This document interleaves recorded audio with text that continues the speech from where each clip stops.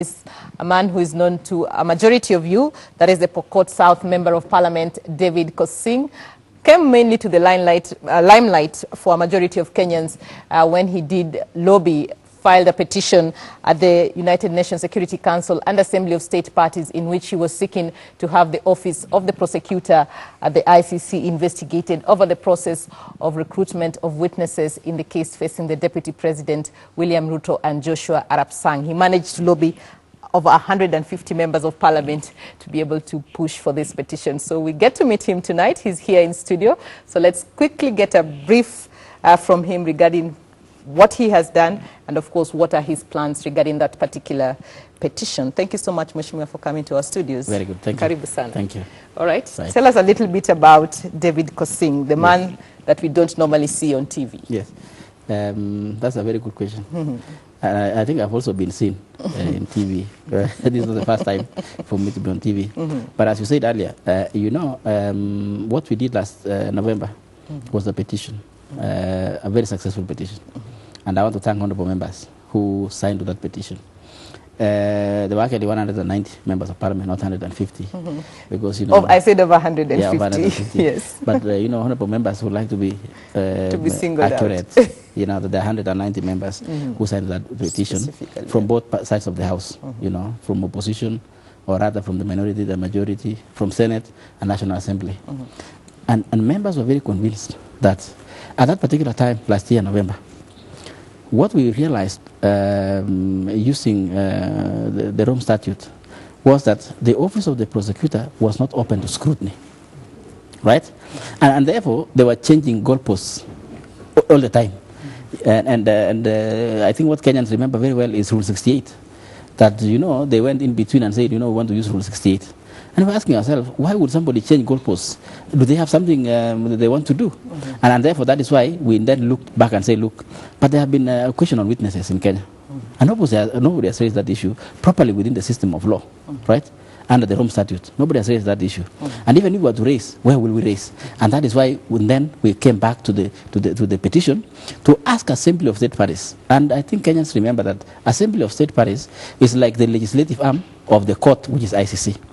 So we're asking the institution that is creating the law to create a mechanism upon which we can be able to open office of the prosecutor to scrutiny.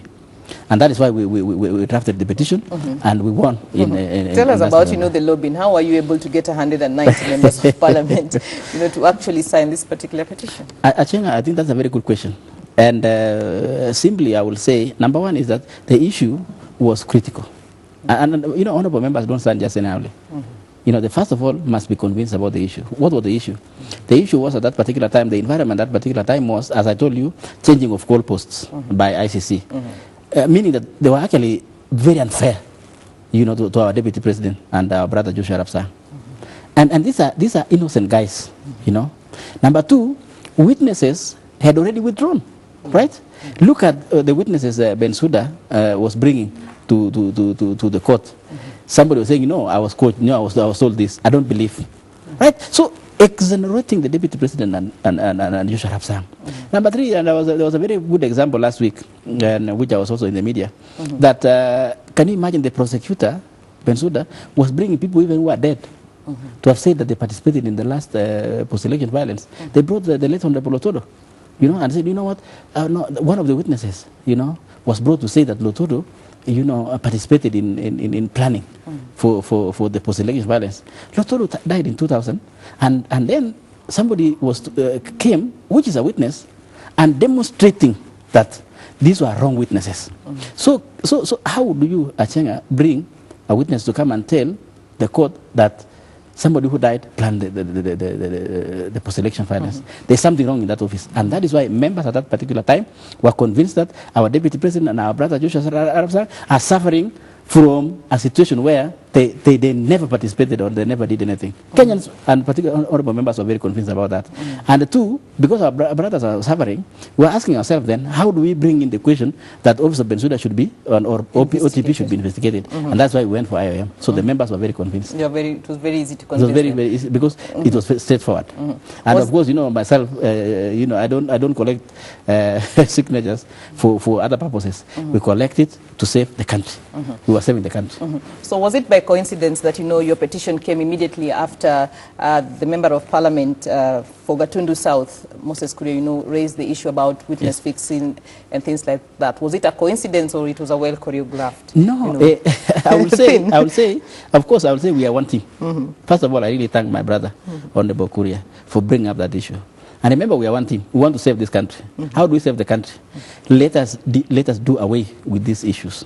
Let the Deputy President, our Honorable Excellency, the Deputy President, be released to work. We need him in Kenya, and the work that is going on in Kenya more than anywhere else, and Joshua Rasa. And therefore, when my brother Kuria came out, Kuria is not just a basic person. He's an honorable member. So whatever he says, we take it very seriously. And that is why, then with whatever Kuria was saying, and our prayers, and even what witnesses were saying, even in ICC, we consolidated them now to become a petition so that it finds itself into the corridors of justice in ICC. Otherwise, Achenga, you'll agree with me, if we didn't do the way we did, it was just going to be a talk, We'll just talk around here and talk to ourselves, Kenyans. We are talking to ourselves. Exactly. So how then will ICC know that there are issues in Kenya, unless you put something on the table. And that's what we did. We put something on the table. Right. So it was a consolidation. Tell us about, the status of the petition. Where as we speak, what is the process? Where is it? Very good question. Number one is that I think I want to remind Kenyans that we won. And our petition finally had 2 prayers, right? Of course, it became an agenda for Kenya. In ICC, and I really thank our minister, Honorable Amina Mohammed, and Ambassador Mamo for defense, right? They really did a great job. Because, Achenga, once I drafted it and sent it back there, the legal people who will talk or who talked on our behalf were the CSS, both CSS. They did a great job. Those ladies did a great job. And therefore, they prosecuted the matter successfully. And the matter then had 2 prayers. One was establishment of an IOM, and that was the part of the petition, or the prayer of the petition. And 2 was reaffirmation that Rule 68 was not supposed to have been used retroactively. We succeeded in both of them, right? So, and what happened? We succeeded in creating the IOM. ASP, Assembly of State Parties, then resolved and said that executive arm of that executive arm of ASP, which they call it Bureau, right, of about 18 members, should facilitate immediately the establishment and operationalization of IOM to investigate the issues or to address the issues raised by the Kenya petition. So is there a particular timeline that they were given to establish? They were not given a specific timeline, but they were given something called urgent, right? Urgent. Urgent is not forever, right? Our imagination. How many months down the line is it since? Right now, it's now on our side, or rather on my side as a petitioner. As a petitioner. Which, at that particular time there were 2 things happening. One, we got our prayer, which is establishment of IOM. Number 2, it was also a budget process. So the ASP passed the budget. And normally we're saying we only give them 1 quarter, right? 1 quarter of budget is about 3 or 4 months, right? So after 4 months, if they cannot come back now and start the issues which we raised now on witnesses concerning the office of OTP or office of Bensouda, I'll write. Now, because I'm a player now, right? I'm a legitimate player now. Exactly. So I'll write to the president of the court and say, look here, you raised this. This is what you said. This was supposed to be done. What is going on? Now I am a player. I can ask. But, realistically, we are giving them like 3 months, 4 months. That was November. End of November, so putting structures in December and January.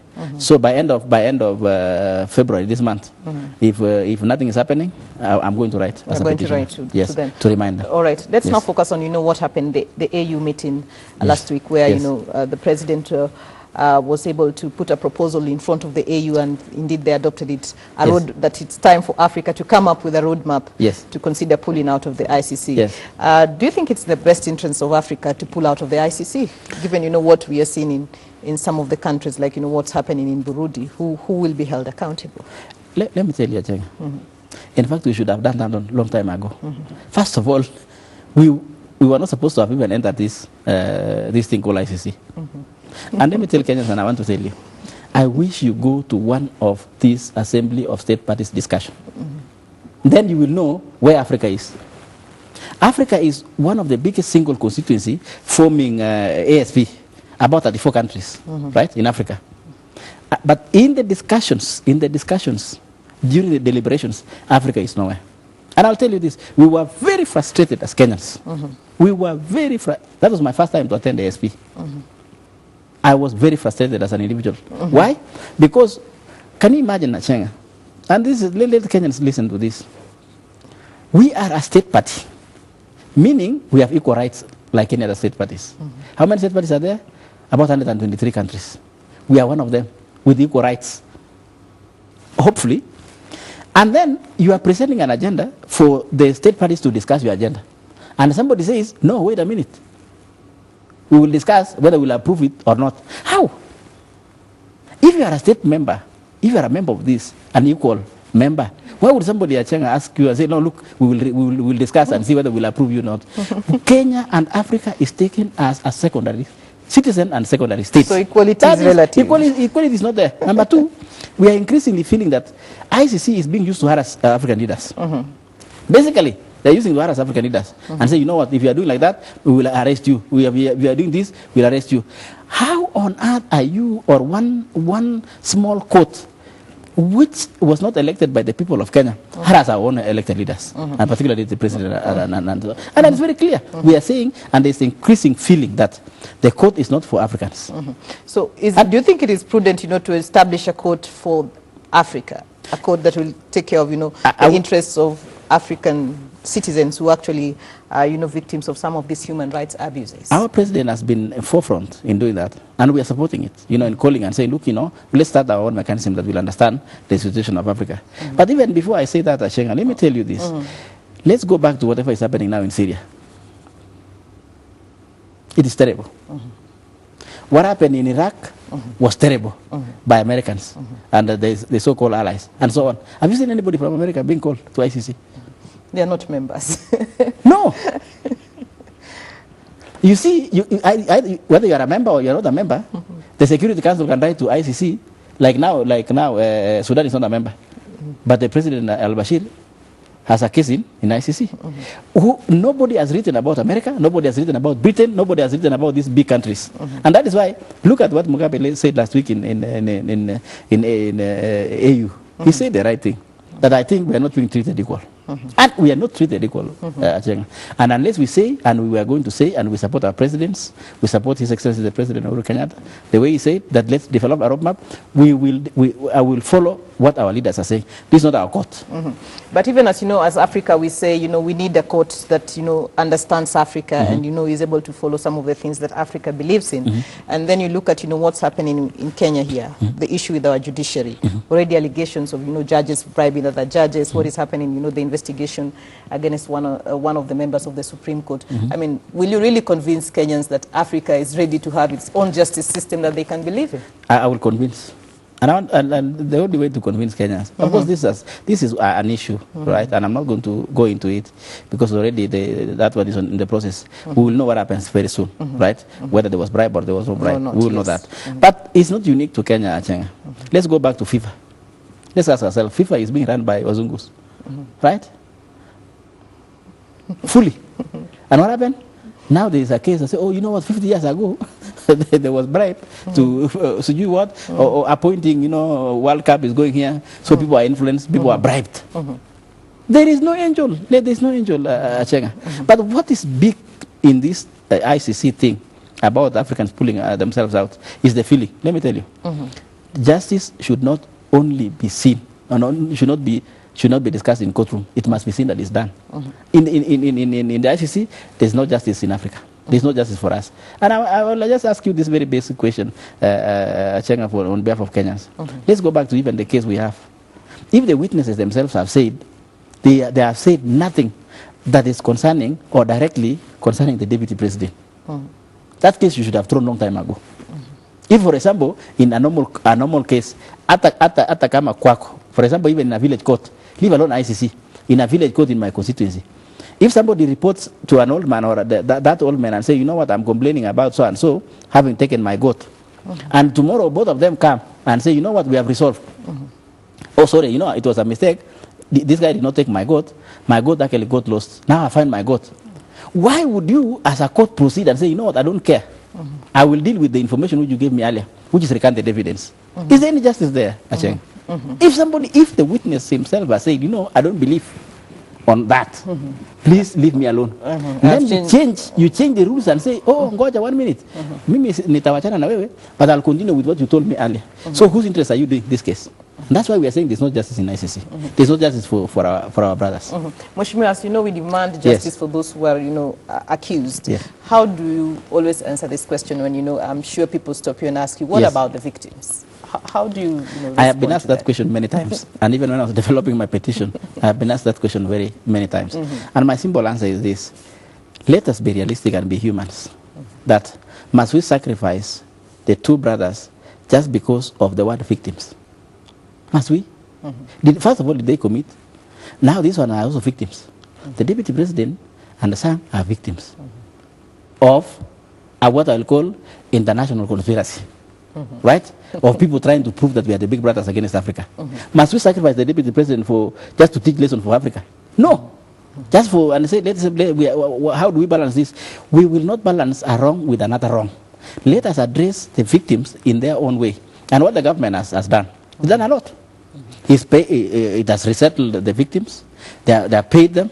They are living well. Apart from one or two, which of course here and there, that is also a very complicated process. Somebody can also come and say, because I need money, I'm a victim. But by and large, look at where we have come from, Achenga. Let us agree where we have come from. As a country now, are we peaceful now, or we are worse now than before? We are better now. If we are better now, then something was done, and you and I know very well that the government of Kenya, particularly the government of Mheshimiwa Uhuru Kenyatta and Ruto, has really done a lot in terms of resettlement of the victims. But we should not compare another wrong with another wrong, which is, of course, many people say. So your argument is two wrongs don't make a right. Don't make a right. Are we going to say now? Let me say, if, for example, the two brothers are sacrificed, are the victims going to get justice? Let us be very specific. Where did these brothers do the mistakes they have been told they did? Where? And yet the witnesses upon which ICC were using and were relying to confirm the cases have said, I don't believe anymore because I was told, I was quoted. So why would we sacrifice something which is just obvious? In fact, I don't know why even ICC and Bensouda is still holding on this case. All right, Mheshimiwa, we need to wind up. And Parliament is resuming next week. Yes. So what is your agenda for when you resume? I am not the person to give agenda of Parliament. You know that. No, your agenda as a member of Parliament. Yeah, the person who gives agenda of Parliament, of course, will be of course the Speaker and under what we call committee. House business committee. So but I'm saying your agenda as the member of Parliament for Port South, and of course the petitioner for. But as a country, what we are likely to open to, we have a very big business to do as Parliament. Number one, of course, will be on budget. The budget now is beginning a process. There will be what we call revised budget or what we call mini budget. So we have to deal with that. We have to deal with issues on insecurity. We have to deal with those laws and regulations. But above all, also, we have also to deal with the electoral laws. There are a number of things that we need to deal with. Parties, how are parties behaving, or how they should behave. Should you run from one party to another? Especially now we'll see a lot of party hopping with so the elections. That party hopping. Yes. Maybe people are fearing and saying, look, you know what, maybe I'm not going to get a fair nomination in this party. Will I jump? How long will I jump? There's also an issue of education. So are you planning to review, the Political Parties Act? Because there are fears that is a plan. That will have to be reviewed. In one or another, there will be amendments. Take it from me. In one or another, there will be amendments in the floor of the House, even including also education. People are saying honorable members of Parliament should have degrees, which I'm supporting, and also maybe MCS, because they are now becoming legislators, that we should also look at that education of elected leaders, which is something actually that shows that we are actually moving forward as a country. And therefore, I think we as parliamentarians, our tray is really full when we begin next week. And of course, so will there be less politics and more legislating? Even as we approach the election. How can you separate politics from legislation? That's the same thing. Yeah, it's the same. Whether you don't ask me whether the chicken or the hen, because it's the same thing. Politics and legislation is one. You cannot separate a member of Parliament from legislation and politics. You can't separate me from doing my work in my constituency to be elected. There's no way we can draw the line. No way. It's the same thing in my view. All right. Thank you very much, Mheshimiwa. Unfortunately, we've run out of time. Thank you. But we do appreciate you finding time to come to the studios and, of course, share with us what you're doing and, of course, what up next, the next course of action in the petition that you filed at the Thank you, ASP? Chairman. Thank you very much. Well, that is where we put a cap to the engine behind the power. We have been talking to Pokot South Member of Parliament David Pkosing, just getting to find out what we should expect as Parliament resumes, and of course the status of the petition that he filed, in which he is seeking to have the office of the prosecutor at the ICC audited over issues of exactly how it managed to get the witnesses who are testifying in the case against the Deputy President, William Ruto, and Joshua Arap Sang. So we will keep tabs. He says if he doesn't see any action within the next few months, then he will be writing to the ASP to find out the status of his petition. We put a cap on engine behind the power, but of course O'Brien Kimani is standing by with the day's business, so stay tuned.